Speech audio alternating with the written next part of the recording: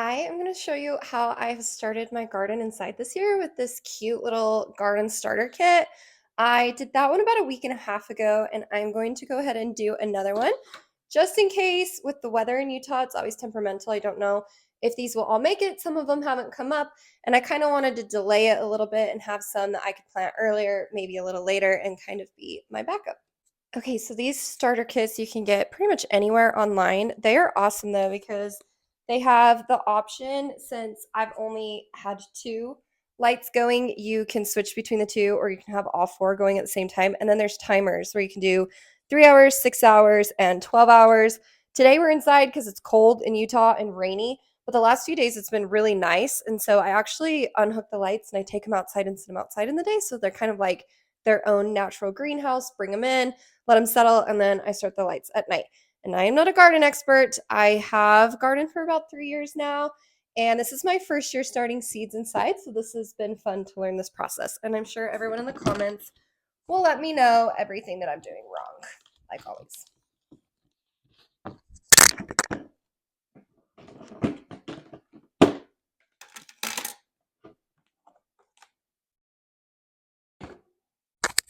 Okay, so I just think this is so fun. For the first few days, nothing was coming up, and I was like, maybe I did this wrong.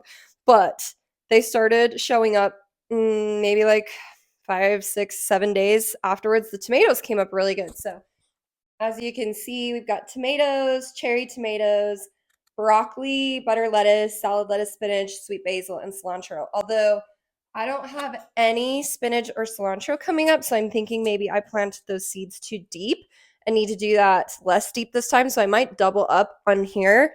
And there's a couple that they haven't come up. I also need to go through probably in a few days, maybe even another week, go through and thin it out. I only planted 2 or 3 seeds at a time, but sometimes like there's four that came up right there with the broccoli. So I'll seed out the ones that aren't as strong and weed out, seed out, weed out, not seed out.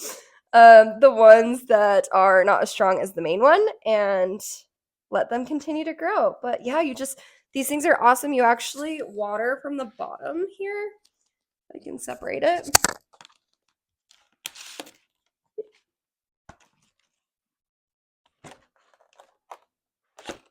So just like that, you just put a little bit of water there in the bottom, and the rest takes care of itself. So I'm excited. So I've seen mixed reviews about this online. A lot of things say you have to have an organic seed starter kit. Other people say that you can just use regular potting soil and try to take out some of the big chunks.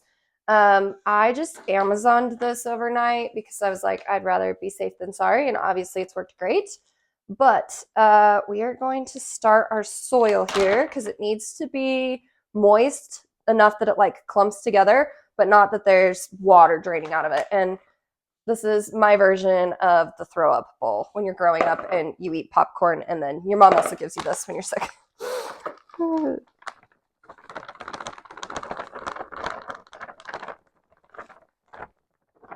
It actually took me quite a bit. I was a little surprised. So set that aside. Just add some water. You can also do this outside if you don't want to make a mess of your house.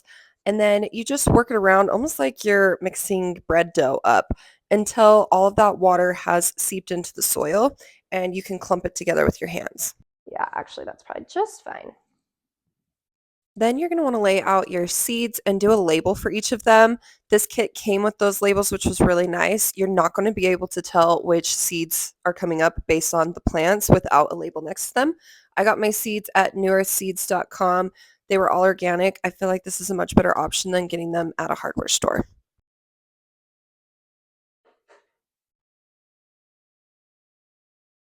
Okay, so for this, it doesn't have to be perfect. Obviously, I'm making a mess. A lot of people do this with, I don't know, like a little shovel or something.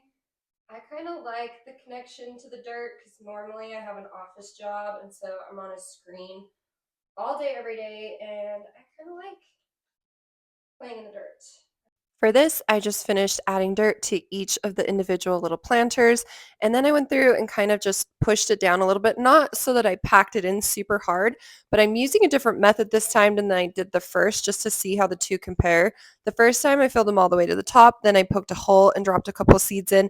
This time I'm going to leave a little room on the top, just set the seed on there, and then fill the top with a little bit more soil and see how the two methods compare. For your seeds, you only need to plant one or two, depending on the size of the seed. I started with flowers and they were pretty big seeds, and so I added just one for each of those, but the rest of the vegetables had pretty tiny seeds, and so I'd pick out 1 to 3 and add them in, and then I'd just put my remaining ones back into the package and then seal it back up so that I can use those again in the future. Okay, these broccoli seeds are way smaller than the flower seeds were. So, just gonna use my finger now, pick a couple up and drop them down. Trying to just do 2 or 3 seeds at a time. Don't really need to overdo it, clearly, since so many came up on my other one. And I just want to be as conservative with this as possible because then I can keep using broccoli seeds and not having to buy more. One thing I really want to figure out how they do, I got all of these seeds at a market. I want to figure out, how do you harvest your own seeds? Like, that's the next step of gardening. It's like a whole nother level. Then I just went through and added seeds row by row. There are quite a few seeds in each packet, so that's nice to know that if for some reason your first set fails, you can do your second set. You could even try some outside. It just overall feels like a much more regenerative and sustainable way of having food, and then you know where it came from and that it's organic and it hasn't had pesticides and all of that sprayed on it. Now that we have our seeds just laid on the top, we're going to take the rest of the dirt, sprinkle it on top, and then we will spray it just with like a spray bottle. So one thing that I should mention about these trays is that you don't water them from the top. You actually just fill a little bit of water into the bottom green section, and not very much, and that is what keeps it moisturized. So it creates kind of a greenhouse type effect.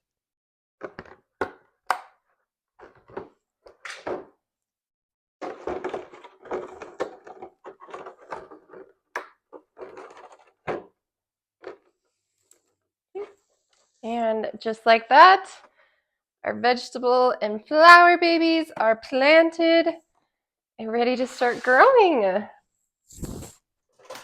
I'll grab 2 of these.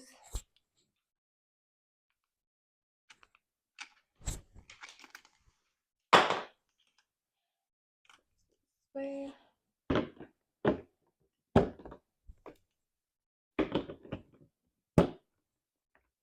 Easy as that, and it's so fun to see them grow in your home. I will update you in a couple weeks to see how my first set is doing as well as this set. And then also, drop this. Hopefully that wasn't too loud. The process of taking them from inside to outside. One thing that I saw today is that you should eventually turn a fan on with them because it gets the plants used to the outdoor wind so that they don't fail as much as they could. So that'll be my next step, is researching everything about how to successfully transplant them from inside to outside. But good luck with your gardens, and I hope that you start them inside.